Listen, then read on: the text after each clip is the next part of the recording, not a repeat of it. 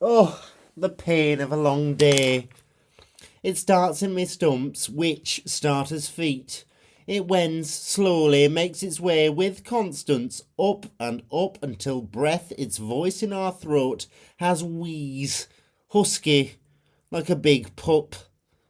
Finally, the pain hangs in my mouth. I often have to chew it, but more often it just lollops like a lengthy, swollen tongue. Or the need for something sweet to palliate the swell of a day, something light to soothe. Easy conversation or a pop ice, a posh one. Luxury, however small, eases, I've learned. I can't split my lips come mid-evening post-magazine dribble. And then, with the dull thud of the gut, it's bedtime. The routine mundane, mostly. I like a brush of me teeth, stripping my face of its public requirements. I don't sleep quick, Lord no. More often than not, among his snoring, I creep, though not really caring. Should he wake, I tell him, I says, "Get off!" And he does. Quickly. He's got more flash than a pan, him, that man. Believe you me. I watch him drop away, and that's it. I recall I'm at the window, gazing. I remember a long time ago I'd go to bed, not wishing but no fuss, Lord no. That household held its tongue like pride. 6:30 p.m. as always. Well, I'd be at the window by 7. They were downstairs with their tobacco, that weird silence that their generation pressed. No explanation or nothing. Just that. Anyway, I stood, clutching, admittedly, the comforting curtain. Thick they were, thicker in such small hands, as robust as their crimson beacon, while all the boys, all the girls, all your peers, so to speak, are summering, and there you stick with your stringent bedtime look. Well, you watch from the window, clutching. Course you do. Skip and laugh, bows and footballs, nose pressing against the pane, oh yes. Children know deeply the beauty of them and their time. Awareness rarely comes into such like. The occupations of skipping, of laughter, they would not be, need not be, aware, that is. I've realised it's a peculiar recognition that grown-ups, beauty aside, pending, are much the same. They assert, actually, that they know who they are, what their time is, check the clock or phone to confirm it themselves. But adults don't know. They pretend, however more or less than convincingly. Like the children they barely remember they were. They know they were, but who? Nah. Sorry. Not on their Nelly. Grown-ups don't look back. They look down, often, forward when the time calls, often also. But really, they look mostly inside, illuminating it all with television and trees and sport and money very often. Blinking in the sun. That's life, oh yes.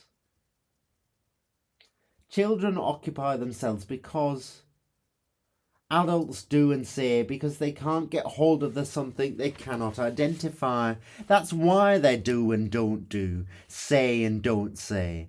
They have the insecurity of children on the inside, which, actually, as I think about it, children by and large only have on the outside, lest, God forbid, some bastard adult comes about imposing his, it's usually a him, clueless grasp upon the poor things.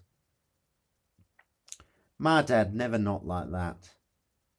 I can't say whether he were truly a good man or not. There were no flickers of socially immoral inclination either way. We never really spoke. It was like being grunted at occasionally by an otherwise handsome draft excluder. Mother too were quiet, a stranger, stronger silence than Dad. Except when she spoke. More spoke than a push bike, and yes, there were the quickness.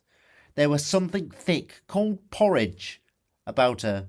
Silence and all, I remember vividly her spectacles, her lenses, thick as mustard.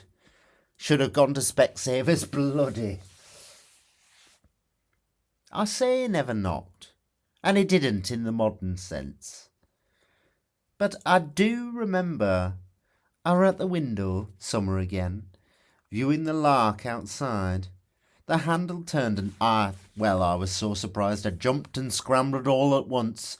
Into bed I could barely cover myself with the duvet, it were quilt back then, let alone pretend to be sleeping. Dad comes in, me slack-jawed, upright in the bed with a shock. He stood a moment, like me, as I think, at the window, funnily. An odd look, not empty, but not altogether in the same room, so to speak. Looking, but not a part of it all. Gruffly, he spluttered. Dad thought I didn't clock it then, but he did, he spluttered.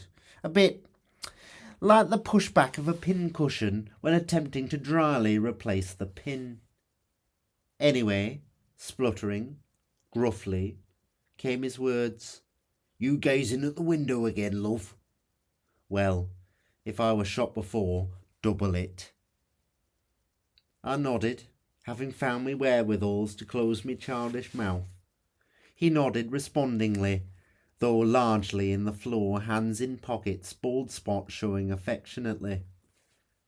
He crossed the room, and, sitting at the edge of me at the edge of me nerves, expecting a bark, something sharp, and finding nothing that I knew of.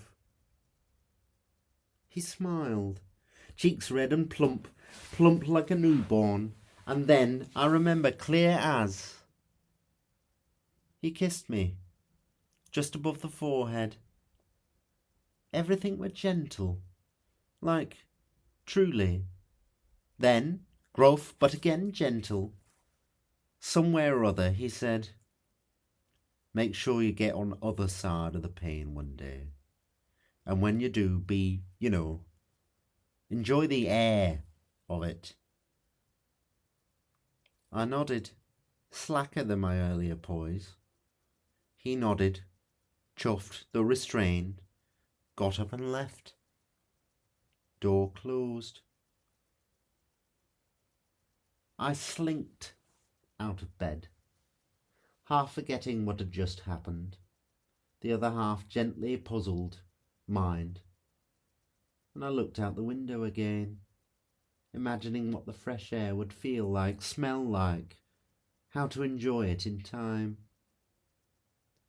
I never listened as keenly as before following that incident, not that that's quite the word for it, I'm sure. Previously, if you were in that house, with the laughter outside and the other inside of the door, well, your ears would be keener than ordinary. That is for sure. No, the sound of everything from there, until now, really, is softer. I do enjoy the outside, always, though there's a coziness inside, like a chatter, getting the weight off your chest, the rancour of time off one's tongue. Anyway, I must wind my way up the stairs. Dreamland, as it's called, is, well, calling. I shan't draw the curtains. Of course, I like the window open, always, these days. The gaze, presently and forward, is really some sort of fortitude, a strong awareness of something I can't dig these worn nails into, but the curtains for just a sec. I will hold them in my hand. They are robust and soft and, well, there. Amazing, really, what something small of a day like that can do.